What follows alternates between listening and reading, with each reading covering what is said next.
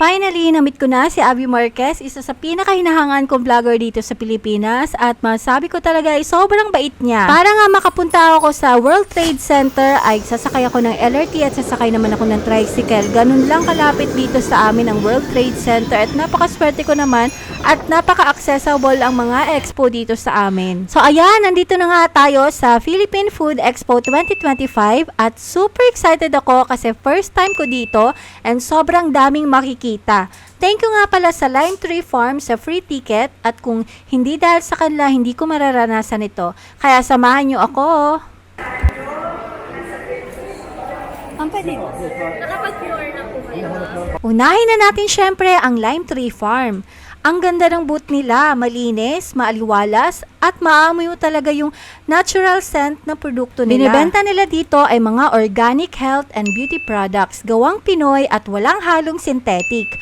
May sabon, essential oils, balm, at iba pang bagay sa mga health conscious at eco-friendly. Yung product namin may propolis. Propolis kasi anti-cancer, anti-viral, antibacterial, anti-aging siya.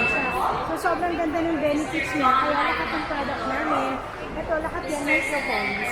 Ang pinaka nagustuhan ko sa kanilang produkto ay aside sa quality, ay yung passion nila sa paggamit ng natural ingredients.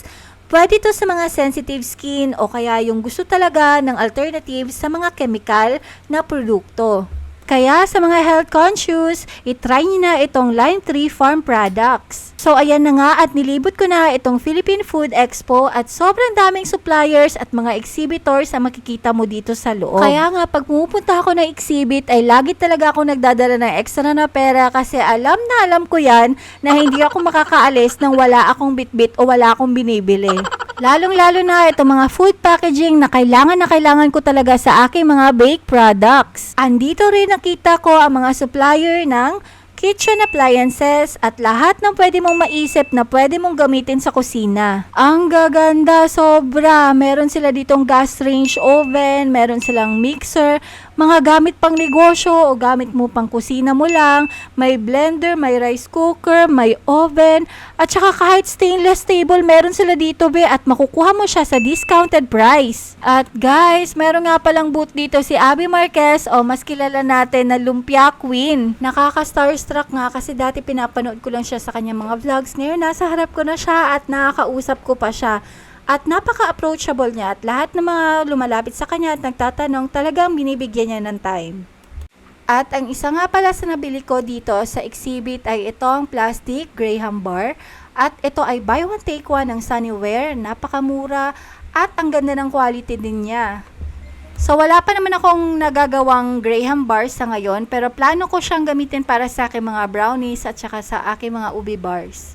At syempre, hindi ka naman papasok sa isang food expo na wala kang titikman. Kaya ang dami kong kinain na free taste. Kaya pag pumapasok ako sa mga food expo, hindi talaga ako kumakain ng breakfast or lunch. Lalong-lalo na kung ang sinalihan mong exhibit ay merong entrance fee. Ay nako, kailangan mo talagang bawiin ang iyong binayad sa entrance. Kaya pag may nagustuhan ka sa kinain mo sa free taste, abay bumili ka naman te. Nakakaya din naman, kain ka lang ng kain. Sobrang dami ko na nga nakain free taste at medyo busog na nga ako. At kaya pumunta na ako sa my stage dahil magde-demo si Abby Marquez. So bago nga ako makarating sa my stage ay napadaan ako dito sa packaging at nakita ko itong mga plastic buckets. Naagandahan talaga ako dito sa mga buckets na to kasi naisipan ko lagay dito yung aking mga bars o kaya yung lagay ng mga harina, ganun. Kaya lang napaisip-isip ako, i-check ko kaya sa online shops kung magkano ang isa nito. So nakita ko nga,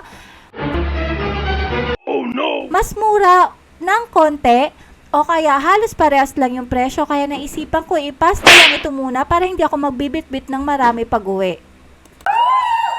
Hey guys! Dapat taas pa energy! Hello everyone! Thank you for coming! Isa nga ito sa highlight na pinunta ko dito sa Philippine Food Expo ang magdemo si Abby Marquez sa harap namin. At syempre, matikman na rin ang kanyang ginawa na ube sinigang. Kakaiba. Kakaiba at ngayon nga lang ako nakatikim nitong ube sinigang at gagawin ko ito sa bahay. Bago ako umuwi ay dinaanan ko ulit itong aking nakita kanina na e-bike or e-truck na meron ng pwedeng pangnegosyo sa likod. Ayan siya, sobrang ganda nito. Medyo pricey, hindi ko pa kaya yung price, pero nangangarap ako magkaroon nito balang araw para sa aking mga baked goods. Ayun, sobrang sulit ang pagpunta ko sa Philippine Food Expo 2025. At syempre, kung gusto nyo pa ng ganitong food expo o mga experience at mga business idea, follow nyo lang ako hanggang sa susunod.